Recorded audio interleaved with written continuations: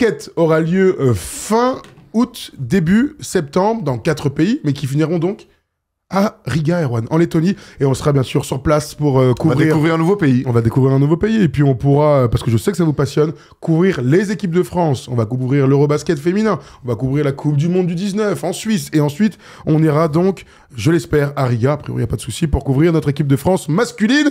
Ça tombe bien, puisqu'on vient de découvrir le tirage au sort. C'était il y a une semaine, un peu plus d'une semaine, le tirage au sort. Et on a donc les 4 groupes de cet Eurobasket que voici. Il y a beaucoup d'équipes parce que le format est balèze. Je vous laisse le découvrir. Si tu es en podcast, eh bien, merci de nous écouter. Mais tu viendras sur YouTube pour voir ça. La France est dans le groupe D avec la Slovénie de Luka Doncic, la Pologne De Jérémy Sohan. de Jérémy Sohan, merci. L'Israël, De Denis Avdija. Avdiya, bravo. Et la Belgique, De Didier Mbenga, mais il joue plus. Toumani Camara. Toumani Camara. Et l'Islande, là, je ne vais pas te demander, mais en tout cas, on joue notre premier tour De Ragnar. face à la Pologne, de Ragnar le Breton. Ouais, tu sais quoi, je vais donner les autres groupes parce que je suis clément ce lundi soir. Groupe A, Serbie, Lettonie, République tchèque, Turquie, Estonie, Portugal. Ce sera à Riga, sachant que Kendrick Nunn devrait peut-être jouer avec la Turquie. C'est l'info que je peux vous donner. Groupe B. Mais ils en peuvent plus. Vraiment, Ils adorent ça. Eux, les meneurs Quinry, ils adorent ça. D'accord, Ils jouent même pas en Turquie, je mais. sais, c'est Et incompréhensible. il va pas aller jouer, ils viennent signer pour le Pana. Il ira en vacances. Erwan. Groupe B, Allemagne, Lituanie, Monténégro, Finlande, Grande-Bretagne, Suède. Groupe C, Espagne, Grèce, Italie, Géorgie, Bosnie et Chypre à Limassol. À Limassol à Chypre. Voilà pour les 4 groupes. Ça va être passionnant. Tout le monde se joue une fois. Puis ensuite, il y aura des 16e, des 8e. Ça va être 10 jours exceptionnels que l'on va vivre à Riga. C'est toujours un événement particulier. On avait eu la chance, Erwan, d'être à l'Eurobasket à Berlin en 2022. On avait vu une bête de compétition avec des hauts et des bas. On espère le même type d'émotion. Ah ouais, on avait vécu des émotions fantastiques. Le premier match face à la Turquie, d'ailleurs la vidéo existe encore, on voit nos émotions pendant le match, c'était incroyable. L'Italie après, la demi-finale, on détruit les Polonais, et puis cette finale face à l'Espagne où on voit pas vraiment le jour. C'était très dur à vivre ça, hein. Ouais. Vraiment dans la salle là, c'était dur. Avec les Espagnols qui nous criaient derrière dessus. Quoi qu'il arrive, c'est toujours des compétitions fantastiques. On sort quand même d'un été olympique magnifique où on s'est régalé quand même de vivre ça. Ça fait depuis la Coupe du Monde 2019 qu'on suit cette équipe de France-là. Donc voilà, il n'y a pas de raison que cet été, avec un nouveau sélectionneur, avec une nouvelle vague, on puisse vivre de belles choses. Tout à fait, je vois des commentaires. Il y a un gars qui dit « À Riga, vaut mieux être célibataire ». Mais merde, personne ne l'est. Ouais, on ira comme au buffet pour regarder, pas pour manger. Voilà. N'importe quoi, rien à voir avec le buffet. En plus, c'est comme au musée, ça. Mais oui. Ça n'a rien à voir avec le buffet. Parce que le buffet, tu vas pas pour regarder. Hein. Bon, donc l'Eurobasket, c'est toujours un événement particulier. C'est aussi pour se qualifier pour la Coupe du Monde qui aura lieu en 2027. Et la Coupe du Monde est qualificative pour les JO de Los Angeles en 2028. En 2026, on aura un été un petit peu tranquille, en tout cas chez les garçons pour se calmer, parce que les filles jouent. Hein. Coupe du Monde. Coupe à du Berlin. Monde. Par contre, elles ont rien en 2028, c'est ça? Je crois qu'il y a. Je crois qu'elles ont tout. Elles ont en 2027, je crois. Non, il y a un euro. Ah, elles refont l'euro. Ah ouais, elles sont pas respectées comme ça. Non. Ah, bon. Ça se passe à Athènes d'ailleurs, la phase finale de l'Eurobasket féminin, ce sera en juin et on pourra excuse-moi, je lui ai encore mis un coup de pied, on pourra suivre tout ça ensemble. Alors, c'est ultra prématuré. Vraiment, hein, il y a Freddy Fotoux qui a fait ses premiers matchs, ses premiers pas avec l'équipe de France. Il aura encore le temps avec la préparation pour faire son équipe. On a essayé de faire un 12. Et on va pouvoir ensemble, parce que je sais que vous adorez ça, le commenter. Et surtout, vous allez pouvoir nous dire ce que vous en dites et nous donner vos 12 à vous aussi. Regardons ce qu'on a choisi. Très prématuré, très anticipé. Mais comme on est là pour se faire kiffer, on le fait ensemble. Théo Malédon, Mathieu Strazel et Lié Kobo qu'on a déplacé chez les meneurs de jeu, parce qu'on est coquins. Evan Fournier, qui veut jouer avec l'équipe de France. Isaïe Cordinier, Bilal Koulibaly, Zachary Isaché, Gershon Abouzele, Jalen Howard, blessé en ce moment malheureusement, Victor Wembanyama, Vincent Poirier et Alex Sarr. Avant de vous énerver, on n'a pas mis Mathias Le Sort parce qu'il est en cours de reprise. Son club, le Pana, espère qu'il revienne pour les playoffs d'Euroleague, si ce n'est un peu plus. Donc, si tout va bien, on imagine Mathias faire partie des 12, ce serait très étonnant. Hein. Bah, si Mathias revient à 100%, il n'y a aucune raison qu'il n'y soit pas. Parce que ce qui est intéressant, je pense, dans ce renouveau de l'équipe de France version Freddy Fotoux, c'est qu'on ne tourne pas une page complète.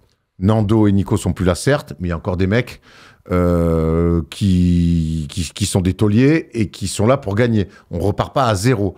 Et ce qu'on a vu, notamment cet été aux Jeux Olympiques, c'est que le tout NBA, ça marche pas. C'est qu'aujourd'hui, c'est que mine de rien, Freddy Fotoux, il le sait mieux que moi certainement. Il faut aussi qu'il surfe sur les mecs qui ont marqué des points cet été. Et qui a marqué des points cet été? D'où est venue la révolte et les solutions cet été? C'est des mecs de FIBA. C'est des mecs qui jouent de l'Euroleague. Le FIBA, non, pour le coup, c'est des mecs de l'Euroleague. Oui, vraiment. Gershon, à l'époque, donc, qui était encore en Euroleague. Isaiah Cordinier.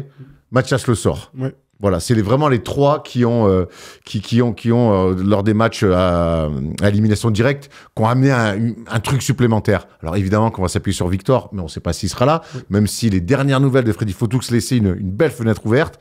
Rudy, on ne le met pas parce qu'il a laissé entendre lui-même que cet été, il pourrait faire l'impasse. Au début de l'année, voilà. Il en a parlé. Il y a plein de choses. Victor n'avait pas encore eu son problème voilà, de Victor, thrombose. donc à voir. Évidemment qu'on a envie de voir Alexar et Zachary Rizaché. Évidemment qu'on a envie de revoir Bilal Koulibaly après sa première expérience en bleu pendant les Jeux Olympiques. Voilà, c'est pas simple. Moi, j'ai surtout envie de voir Evan avec la saison qu'il fait en Euroleague, où il a retrouvé ses cannes de l'époque d'Orlando. Je suis très curieux de voir Evan cet été. Ce qui est sûr, c'est qu'on a vu Evan lors des derniers Jeux Olympiques, sans avoir joué pendant 2 ans, lors de la Coupe du Monde aussi, où il nous semblait à court de forme, l'avoir vu reprendre goût au basket et à la performance régulière de très haut niveau. Je le vois comme tous, hein, leader de cette équipe, avec un rôle important, avec un nouveau coach et donc des nouvelles formes de jeu. Donc on peut pas imaginer Evan à partir du moment où il a envie de jouer, il est disponible. Avec un coach d'attaque. En plus, un coach d'attaque. Et on se souvient que dans l'entre-deux tours, entre Lille et Paris, ce débat avec Vincent, qu'on a pu revoir sur Netflix, aujourd'hui, on gagne des tournois en étant fort en attaque. Et il a raison. Toutes les équipes qui vont au bout, l'Allemagne à la Coupe du Monde, etc. L'Espagne, j'en parle même pas de l'Espagne à Berlin, où au bout d'un moment, faut être capable de mettre des paniers et avec des circuits un peu travaillés. Donc Freddy a ça en lui, normalement, de nous créer quelque chose.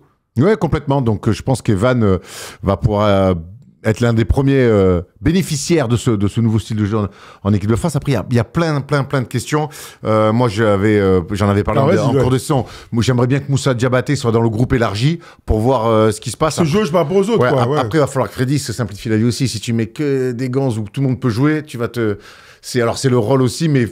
Si tu as 18 mecs et que 18 mecs peuvent jouer et que tu dois dire à 6 mecs qui méritent, qui peuvent pas, c'est pas simple aussi. Donc, on va voir, mais en tout cas, il y a des mecs, il y a des cadres qu'on veut voir suite à la sortie des Jeux Olympiques.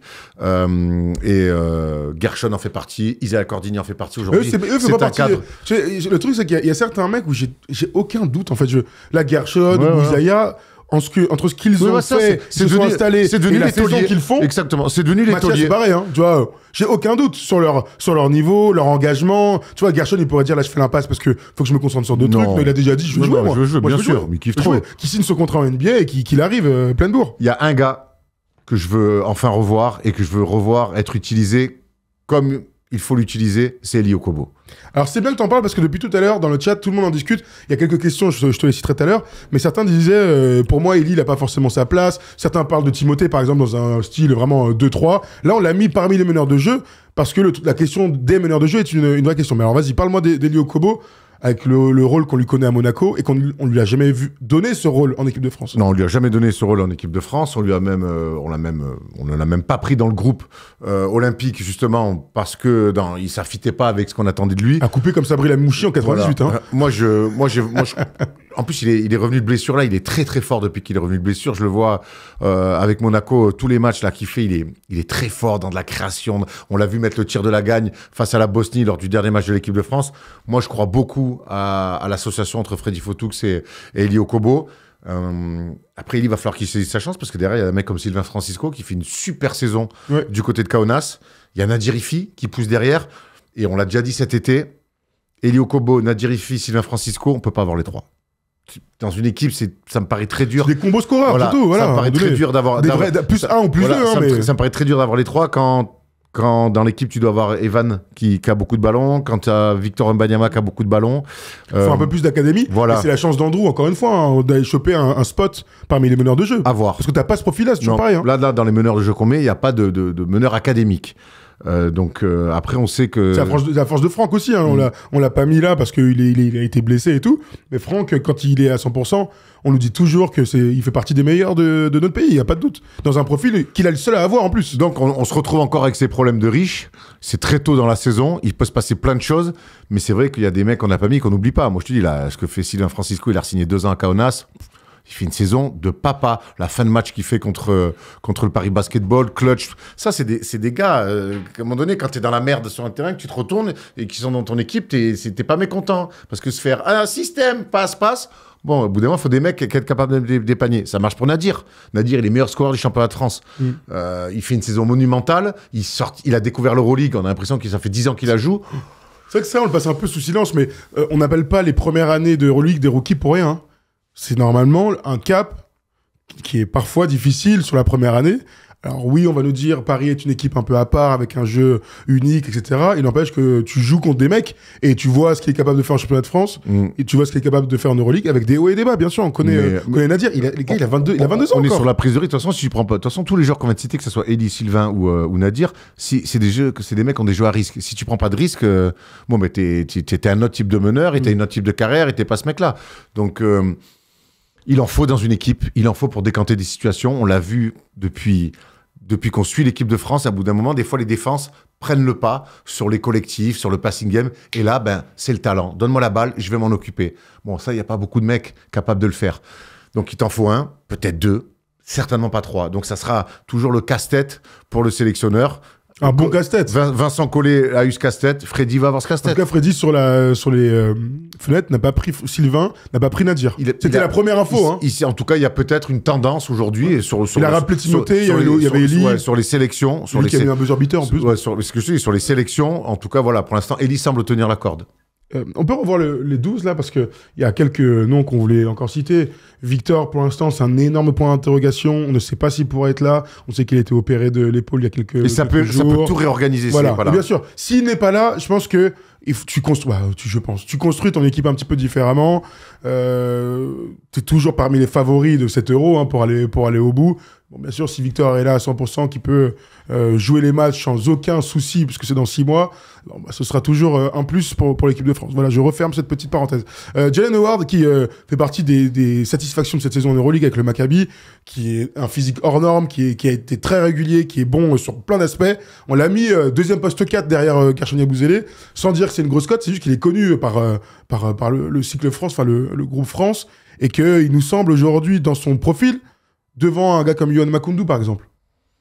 Parce qu'il joue, oui, l'Euroleague. L'Euroleague fait foi. L'Euroleague fait foi. Par contre, Jalen Howard, on l'a pas vu. On l'a peu vu avec l'équipe de France sur des matchs officiels. On l'a jamais vu encore. Voilà. Yohan Makoundou, si, on l'a vu un peu, mais sur des bribes de matchs. En compète, on l'a pas vu. Yohan Makoundou, on l'a vu sur des matchs de qualif. Et on l'a bien vu. Activité, des gros dunks, des actions flashy, mouille le maillot. Il est dans la mouvance. Il est content d'être là. Il fait honneur au maillot. Je pense qu'aujourd'hui, intrinsèquement, Jalen Howard est un meilleur joueur. Mais un mec qu'on a vu sur le maillot de l'équipe de France, un autre qu'on n'a pas vu. Donc, c'est des problèmes de riches. Mais c'est vrai qu'il y a un mec qui fournit des stats en Euroleague. Je dis pas qu'un jour, Yohan Makoundou ne peut pas le faire. Je suis persuadé qu'il va trouver un jour un spot en Euroleague. Mais pour l'instant, je trouve que Jalen Howard est un peu en avance là-dessus. 3 noms de très jeunes joueurs.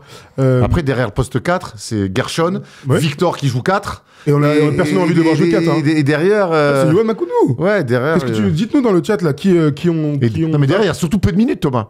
Ah, ouais, mais enfin bon, et alors, ça, à un moment donné, si t'es bon, tu joues. C'est bon. Moi, je pense que Victor, il va très peu jouer 4. Hein. Il va jouer 5. Moi, je vois Victor jouer 4 avec associés à des matchs à le sort et tout. Encore. Ah non, mais encore. Je rectifie. Déjà, il est encore plus fort que l'année dernière. Même si là, il va revenir. Donc, il faut le faire jouer 5, là où il est meilleur. Il va jouer 5, mais tu sais qu'il aime bien trop large. Moi, je me souviens de l'association l'année dernière avec Gershon aussi, qui était très bonne. Mais souviens-toi, Victor, quand il était aussi associé à Mathias Le Sort. Ouais, mais c'était surtout Gershon et Mathias qui étaient associés ensemble. Pour starter. Je te promets que Mathias et Gershon aussi, mais Mathias associé à Victor qui joue en 4, c'était pas mal. Ok. Très bien. 3 noms de très jeunes joueurs. Bilal. Je suis très curieux de voir Bilal dans une deuxième... Putain, il est blessé, on le voit plus, ça m'emmerde. Bilal, je suis curieux de le voir sur une deuxième année avec l'équipe de France A pour voir sa progression. Sa progression NBA, elle est légitime, il n'y a rien à dire. On voit un gars qui est en train de bosser et qui progresse énormément. Maintenant, on veut voir un vrai upside entre ce qu'on a vu au JO, donc le plus haut niveau, et on a senti parfois qu'il était tendre, et là, avec un Eurobasket où il a un an de plus, et c'est censé être un meilleur joueur. Je suis très curieux de le voir. Faut mettre en perspective. La place aujourd'hui que lui font les Wizards, à juste titre, pour le développer, pour lui laisser faire des erreurs, pour lui donner du gros temps de jeu, des responsabilités à jouer des pics, pour l'instant, je le vois pas avoir cette place-là en équipe de France parce qu'il y a du monde devant lui déjà. C'est qui du monde, Evan et Isaiah? Ouais. Oui, bah ça va, non. Le basket, ça se joue à plusieurs, tu vois. D'accord, mais attends, là, je te parle d'un mec qui est titulaire aux Wizards, qui joue des pick and roll. C'est une équipe qui gagne pas de match. Bon. D'accord, mais là, je te parle de place au sein d'un roster. L'année dernière, Vincent l'a quand même installé dans le 5 majeur sur toute la prépa et le début de la compète. Ça a bien marché. Non, mais je veux dire, la place, on lui a faite. Moi, je pense que Bilal, il a sa place et au pire, t'as une rotation à 3-4, mais en fonction des matchs, tu joues 25. Attends, ça veut dire quoi, du coup? Tu m'as mal compris. Quand je dis la place, c'est que pour moi, il sera dans le groupe, c'est sûr. Oui. Il aura même plus de temps de jeu qu'aux Jeux Olympiques, mais il va pas prendre 15-20 minutes. Hein. C'est-à-dire... Il jouera pas 15-20 minutes sur le poste. Bah, ça dépend. Franchement, Attends, honnêtement, en fonction de ce qui va se passer dans la prépa, il y a Rizaché aussi, c'est les 4. Et après, au Kobo, tu fais jouer un 2. Mais c'est pour ça que... Moi, je veux dire, c'est pour ça que le truc de Jalen Howard, ça va être intéressant aussi, de savoir s'il le prend ou pas sur le poste 4, parce que Zachary peut jouer 4. Il peut jouer 4 dans l'idée. Pour l'instant, il joue pas du tout 4. Et dans le basket FIBA, sur un Eurobasket à 20 ans, j'ai pas envie de le voir 4. Hein. J'ai envie de le voir. Mais le meilleur défenseur. Les postes 4 en FIBA dans les grandes compètes, c'est les postes de papa. Et ben voilà, c'est les postes donc j'ai pas envie qu'il joue 4. Pour moi, t'as vu ce qu'on a à l'intérieur? Ouais, gros, le secteur intérieur, je veux même pas y toucher. Je veux avoir 5 arrière-ailiers, allez, dans l'idée là qu'on vient de faire, Okobo, Evan, Isaiah, Zach et Bilal. Et maintenant, ceux qui seront les plus méritants joueront plus, et en fonction des match-ups, et en fonction des degrés de forme, là, tu les fais jouer. Mais je pense sans dire ils partent sur la même ligne, c'est pas vrai. Mais moi, j'aime bien Evan, dans un premier temps, Evan et Isaiah dans le 5, et puis les deux entrent. Tu vois, et je suis très curieux de voir Bilal son évolution. Je suis curieux aussi de voir Zachary dans un contexte FIBA, parce qu'il a quand même, par rapport à Bilal à la base, son adresse ultra fiable, Zachary, et en équipe de France, avec des espaces. Encore faut-il voir comment ça se passe. Il y aura plus d'endo, il y aura plus des joueurs comme ça un peu... pour avoir des tirs ouverts. Zachary, dès sa première année avec l'équipe de France A, il peut nous surprendre en fait. Tu vois? Moi, je pense que défensivement, déjà, c'est sûr, il va amener la continuité de Nico. Ouais, voilà, exactement. Voilà. Après, la FIBA, on a vu que... C'est un game. C'est un autre game. C'est un game. Mais c'est comme ça que t'apprends. Après, j'attends de voir si toutes les stars seront là à l'Euro. Oui. C'est quand même pas gagné. J'attends de voir le niveau général de cet Euro-là. Mais moi, je reste persuadé, pour peut-être ouvrir une autre question sur cette vidéo, c'est que moi, je reste persuadé qu'avec cette équipe-là, ou une autre, mais si on prend le roster des 20 joueurs potentiellement qui peuvent aller en équipe de France, il faut qu'on y aille pour gagner. Hein. Ah bah j'espère. Mais après, l'équipe de France va toujours pour gagner. Oui, pour moi, après, il y aura des concurrents directs. Hein. Ouais. Alors, j'imagine que Yanis va pas faire truc. Je sais que Luka va le faire. Il le fait tout le temps avec la Slovénie. À voir avec quelle équipe ils arrivent aussi. Ils ont l'air. Moi, les Slovènes, j'ai envie de les taper. Hein. On perd tout le temps contre eux. On perd tout le temps contre eux. Pourquoi on perd depuis Tokyo. À l'Euro, ils nous ont tapé. Tu sais pas qu'ils nous tapent là? À l'Euro? À l'Euro avec qui met 47 là. Ouais. Oui. Ouais, c'est ça. C'est tout. Ouais, mais ça me fout la haine. C'est quoi les autres matchs du coup? J'ai envie qu'on les tape. On n'a pas joué contre eux au JO, ils y étaient pas. Et après la Coupe du Monde, on n'a pas eu besoin de jouer contre eux. Hein. On était éliminés au deuxième match. Moi, c'est les laitons que j'ai envie de me faire, tes meilleurs potes là. Oh, taper les laitons en Riga là. Voilà, ça me régale. C'est plus ce que c'était. Hein. Je sais, mais on est rancunier parfois. Non, mais les Slovènes, on verra avec quelle équipe ils viendront. Mais de jouer contre Luka, quoi qu'il arrive, dans une phase de poule, c'est archi lourd. Je vous le redirai à chaque fois. Il n'y a pas un joueur comme Luka Doncic sur la terre, à part Victor, où quand tu rentres dans une salle, tu le vois jouer, tu fais ouais, ok, il est trop fort au basket, lui. Et Luka, il nous a fait ça, il nous a mis les frissons, pas parce qu'il parle des arbitres, parce qu'il nous régale de malade. On peut revoir vite fait la petite liste pour voir si j'ai cité toutes les questions. Oui, la dernière question que je voulais te poser, Erwan, c'est quel 5 tu imaginais avec cette équipe? Ah non, avant que tu répondes à cette question, pardon. Alex Sarr, parce que quand on en a discuté un peu, certains disaient ce serait bien qu'il soit dans les 12, parce qu'il représente l'avenir, mais il est vraiment tendre, il est encore trop tendre pour ce type de niveau-là. Qu'est-ce que tu en penses? J'en pense que l'expérience FIBA va faire foi. Mine de rien, dans une compète comme celle-là où à l'intérieur ça brasse terrible.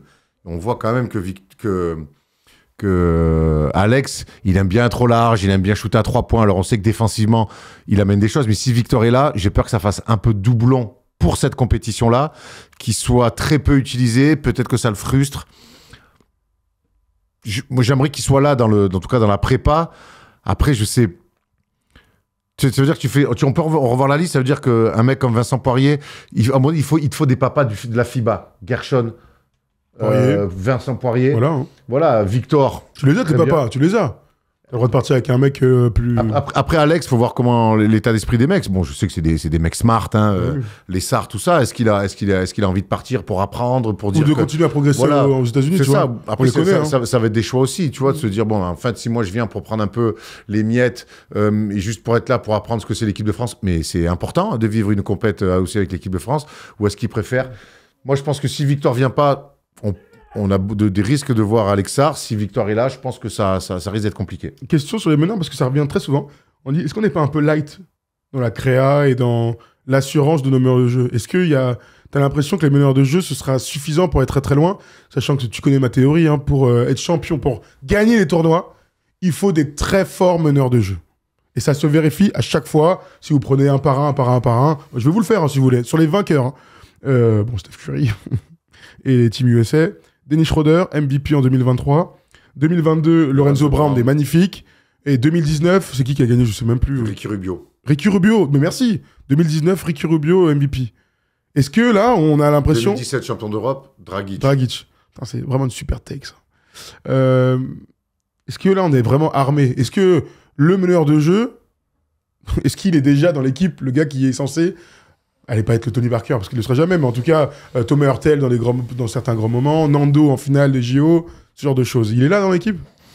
Moi, j'ai envie de croire que quand t'as pas ce meneur-là, il y a encore, hein, moi, quand je vois les derniers mois de Théo Malédon en Euroleague, ce qu'il est capable de faire, je me dis que j'ai envie de croire que Théo, il a ça dans les mains et dans les jambes. J'ai vraiment envie de le croire. Je crois que son retour cette année, alors il est à Lasvel, qui n'est pas un grand club d'Europe, certes, mais en tout cas, il a fait des sorties en Euroleague face à des top meneurs, face à des tops équipes où, que ce soit l'Olympiakos, le Real, il n'a rien envie à personne. Donc j'ai envie, je pense que c'est le moment de Théo, de prendre le contrôle de ça. J'aime beaucoup Mathieu Strasel, mais qui est dans son registre à lui, qui est un mec qui va organiser, qui va mettre le feu quand il faut, qui va amener du jeu en sortie de banc. J'aime très bien, qui peut starter aussi. Mais je crois qu'aujourd'hui, avec le départ de Nando, avec Thomas Hurtel qui, semble-t-il, ne sera pas rappelé, Nolan Traoré qui n'est pas encore prêt, non. C'est que les autres concurrents à la main sont des gens qui ont des jeux à risque, ce qui est une bonne chose, mais en tout cas, moi je crois que Théo Malédon, c'est son moment. Mais ça doit être son moment, en fait. Ça doit être, voilà. Le problème, c'est que... Comme on n'a pas beaucoup de marge. Kylian Hayes, il est plus dans le coup, il reste aux États-Unis. Et on n'a pas de marge. Donc, en fait, pour aller au bout, il va falloir que Théo soit très fort. Je dis Théo, mais ça peut être Mathieu. Ça se trouve, Mathieu va être magnifique. Mais... Je l'ai dit, hein, les MVP, les mecs qui font la division, ce sont des meneurs de jeu en FIBA. Donc Théo Malédon doit aller chercher en fait ce truc-là. Mais c'est à lui de le prendre. Ah bah bien sûr. C'est à lui de le prendre. Ah oui. Moi je pense que tu poses la question mercredi d'ailleurs. Ouais. T'inquiète pas, c'est prévu. On va lui donner. Moi je pense qu'on va lui donner les rênes de l'équipe. Il part dans le numéro 1. Moi pour moi c'est le numéro 1 aujourd'hui. C'est le plus talentueux sur le poste et c'est pas faire offense à Mathieu Strasel de dire ça. Mais voilà, il a pris un peu de retard avec cet échec en NBA. Moi, je retrouve quand même un mec, mine de rien, qui là-bas a côtoyé des gens. C'est un pape aujourd'hui. Il est très fort. Il est très fort. Il passe pas souvent à côté. Voilà. Très adroit. Il a bien bossé. C'est clair, t'as raison. Donc, j'ai envie de croire que c'est lui, ce gars-là. Après, je te le dis. Hein. Avec plaisir. Hein. Après, je te dis. T'as entendu les noms que j'ai cités, hein? Oui. Certes. Dennis Schroeder. Oui. Ricky Rubio. Goran Dragic. Stephen Curry. Alors Théo, si tu m'entends, frérot, s'il te plaît, embrasse ce poste de titulaire d'équipe de France. Vas-y, va au bout. Si c'est toi, ça doit être toi, tant mieux. Après, je remets des perspectives. Après, dans une équipe, il y a des go de FIBA là. Après, dans une équipe où t'as Victor Wembanyama, déjà, je pense que ça change quoi sur le poste de meneur de jeu qui doit être dominant? Rien, c'est ça le problème. Mais en fait, ce que je veux te dire, c'est que déjà, tu peux des fois... Si t'as pas ces talents-là que tu viens de citer, qui sont des GOAT FIBA, comme tu dis... C'est des Tipeee. Hein. Ouais, exactement. Tu peux compenser par le nombre, tu peux compenser par un talent additionnel. C'est ce qu'on a avec Mathieu Strasel, avec Ilio Kobo qui peut être sur les postes derrière, avec Sylvain, avec Nadir. Tu peux compenser avec du talent comme ça. Et t'as Victor. Victor, mine de rien, même s'il joue pas meneur, c'est quand même un mec qui décante tellement de choses. L'état, la saison qu'est en train de faire Evan Fournier, ça compense aussi pas mal de choses. Donc, très bien. Je nous le souhaite. Ben oui. Je nous le souhaite. De toute façon, ça fait longtemps qu'on a ce débat de meneur depuis que Thomas n'est plus là. Et souvent, la réponse est la même. C'est par d'autres dominations sur d'autres secteurs de jeu ou par une addition de joueurs sur un même poste. D'accord. Il y a pas mal de gens qui parlaient pas Kylian, pardon, de Franck Nilikina, pardon, et qui, oui, c'est vrai qu'il est pas dans la liste, mais on verra. On verra pour la fin de saison de ce bon vieux Francky. Bon, voilà pour la page équipe de France, je sais que ça vous passionne, je vous vois tout le temps, là, à nous donner les 12, à parler de profil, mais où est-il, ou machin. Voilà, je reçois un message, on me dit, moi, je mets Francisco à la place de Mathieu. Ouais, pourquoi pas. Franchement, Sylvain, c'est devenu un meneur de très haut niveau en Euroleague. Donc il aura, j'espère, sa chance. Moi j'aime bien quand les mecs ont leur chance, montrent qu'ils ont à donner en termes d'état d'esprit, avant tout, parce qu'on fait un groupe avant chaque chose, et de niveau sur le terrain. L'équipe de France, c'est avant tout ça. Hein. Exactement. Bon, écoutez, si vous avez d'autres idées, d'autres noms à citer, et que vous êtes en replay, vous n'hésitez surtout pas. L'équipe de France, on aura le temps d'en parler. J'ai hâte cet été. Les filles, les U19, les gars, mais on va se régaler. Les Tony, gros. On va aller manger des patates et boire de la vodka, on va se régaler. Enfin, de la vodka, moi je bois pas de vodka en plus. Allez, moi je mange pas de patates par contre. Et ben voilà, on est complémentaires comme ça. Merci à tous de nous avoir regardé sur cette petite vidéo sur l'équipe de France. Si tu nous regardes dans quelques jours, eh bien n'oublie pas, mets un like. Ah ouais, on en est là encore. Ouais, j'avoue un truc de vieux chien. Oh ouais.